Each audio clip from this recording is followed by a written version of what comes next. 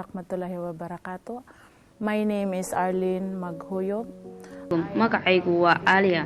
Dalka Philippines ayaan ka soo jeedaa. Magacayga Islaamkana waa Alia. Taariikhda iyo safarkii aan ku islaamay waxaa raad ku lahaa markii hore dalkayga. Waxaan deganayn meel muslimiintu ay ku nool yihiin, magaalada Mindanao. So most of them, my friends, neighbors are Muslim.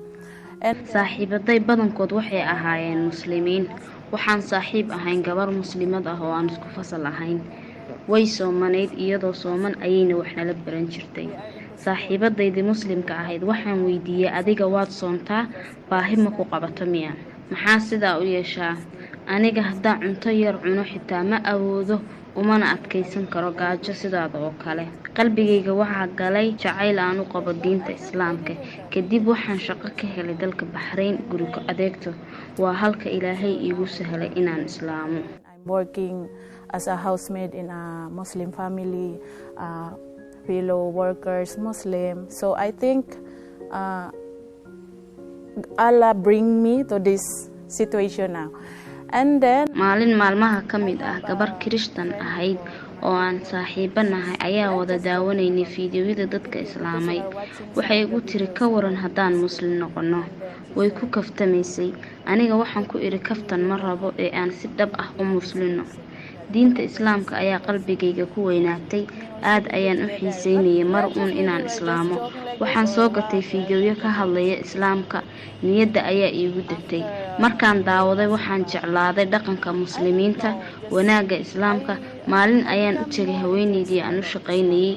Waxaan ku iri, waxaan rabaa inaan diinta Islaamka qaato. Way ku faraxday. Waxay igu tiri, waxaa laga rabaa inaad go'aan adag yeelato oo diinta Islaamka qaadato. Ka fikir, kadib waxaan ku geynayaa meel shahaadada lagugu qabto. You are really sure, you come talk to me again and I will bring you somewhere place to you make a Muslim. And then after one day haweeneydii aan u shaqaynayay ayaa i geysay meel ay leeyihiin hay'ad islaami ah. Diinta Islaamka ayay ii sharaxeen. Su'aal walba waa la iiga jawaabay. Waxay igu yiraahdeen, Ilaahay waa midka kaliya, isaga ayaana caabuday oo xaq ah. Salaada ayay ii sharaxeen. Kadib waxaa la ii qabtay shahaadada. Waan shahaatay. Waxaan noqday qof helay naftiisii oo kale. Waxaa mar qura isbedelay dareenkaygii. Waxaan noqday sida qof markaas dhashay oo kale. Dadkii habeenkii ayay laabta ii geliyeen. Waan ooynayay. Dadkii oo dhan ayaa ii hambaliyay. Waxaan dareemay maalintaas wax aan weligay dareemin. Waxaan noqday qof muhiim ah oo helay dadkiisii. Waxaan helay farxad. Waxaan noqday sida qof duulaya oo kale. Ilaahay ayaa mahaddaas leh. I feel like I'm important that time.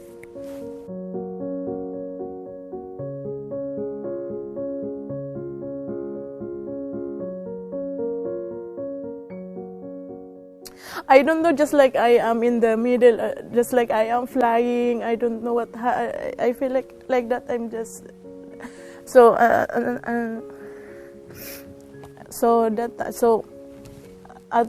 I'm happy, Alhamdulillah.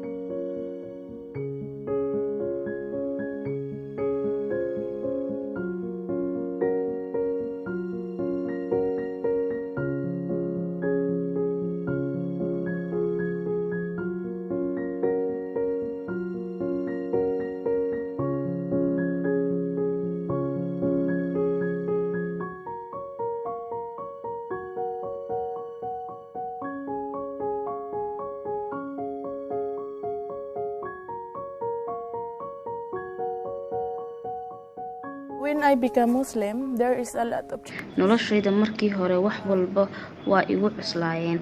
Noloshayda way adkeyd. Laabta ayaa ciriiri ka dareemi jiray. Waxaan ahay hooyo 2 caruur ah leh oo la soo furay. Waxaan ahaa qof daalan oo dhiban. Markaan islaamay, culays ayaa iga degay. Ilaahay ayaa mahaddaas iska leh. Hadda islaamnimadeeda waxaan ka bartay, yaan wax weydiistaa waa Ilaahay. waxaan bartay xadka hadalka la ii ogol yahay. Waxaan ogaaday gargaarahayga inuu Ilaahay yahay. Salaada ayaan ku baryaa, qorshahaygana asaga ii hagaajiya. Waxaan ogaaday waxa dhacaya ma jiraan ilaa qorshe ay ku dhacaan. Markaan muslimay, noloshaydii oo dhan way isbedeshay. Qaab nololeedkaygii wuu hagaagay. Markii hore waan qaawanaa, waxaan dhihi jiray dadkan maxay korkooda u daboolaan. Hadda waan xijaabanahay, waan ku faanaa inaan hadda asturanahay oo cawradayda asturay, timahaygii daboolay, xijaabna xirtay, saaka dheerna xiranahay, jirkaygiina aan asturay. Why they're wearing like that? But now I am the one who wear like this, so I am proud to myself that I am where I cover my hair, I wear long, big, as like that. Before, I don't think. Markaan gaalka ahaa ma tukan jirin, cibaado ma aqoon. Hadda muslim ayaan ahay, salaad igama tagto. Haddaan cibaadaysan oo salaadu iga tagto, waxaan qalbiga ka dareemaa xanuun, waan wilwilaa, waxaan arkaa inaan dambi galay. Haddaan salaada ka hor daaho, waxaan ogahay Ilaahay isaga ay abuuray oo igu galaday wanaag oo dhan. Naftayda waxaan u helay control, waxaan kala bartay wixii xalaal ah iyo wixii xaaraan ah. I think I don't know, this is bad, so this is not good, so I will not do it again. I will like that, inshallah, like that. So, and then about my family. Qoyskayga waan u sheegay inaan muslimay. Walaashay oo Baxrayn ila joogto waxay igu tiri waxaad ku faraxdaa waad samayn kartaa. Waan kugu hambaliyeynayaa inaad diinta Islaamka qaadatay. Qoyskayga sidoo kale ayay ii ixtiraameen go'aankan qaatay oo aan ku qaatay diinta Islaamka. Said, you know, I am Muslim now. And this, wow, my sister said, wow, really? Congratulations, just like that. And then all my family, my siblings, they know. And then they respect. They don't say anything. That if you are happy, you can whatever you want. It's like that. Even I have 2 kids. Markaan fasaxa u laabto dalkayga, ilmahayga ayaa la yaabay dharka aan xiranahay. Inaan muslim ahay ayaana u sheegay. Way ku qanceen. Caruurtayda ayaan baray Islaamka. Siiba wiilkayga yar markuu arko inaan salliga salaada soo qaato oo tukan rabo, wuxuu igu dhahaa hooyo tuko ma ku dhibayo. Insha Allah dhammaan qoyskayga way islaami doonaan. Ilmahaygana way yaryar yihiin, ayagana way islaami doonaan. Me or they respect what is my, insha Allah, soon I will bring them same in Islam. They will embrace, inshallah. So, but now they are kids. What are their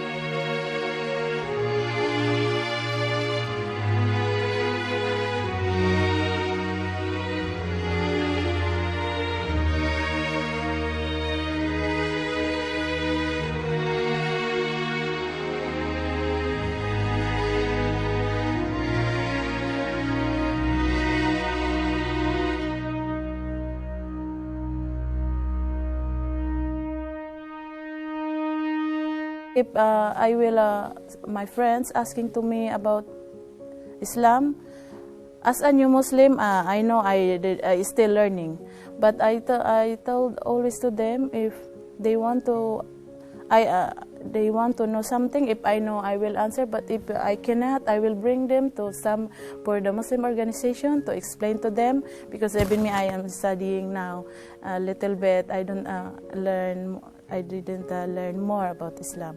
So if I always tell to them, if you are open-minded, you will understand what is inside of me, what is all about, like that. You will if especially what you feel on your side, because nobody can tell to you like do like this. It's about yourself. Every day I am excited, especially about prayer. I am excited, especially really. Sometimes I am, especially in the morning. It's not easy, but I am trying my best because I am excited. I have another new day, because I know God, Allah, gave me this opportunity for me, so I will not waste for it. I will embrace it. I will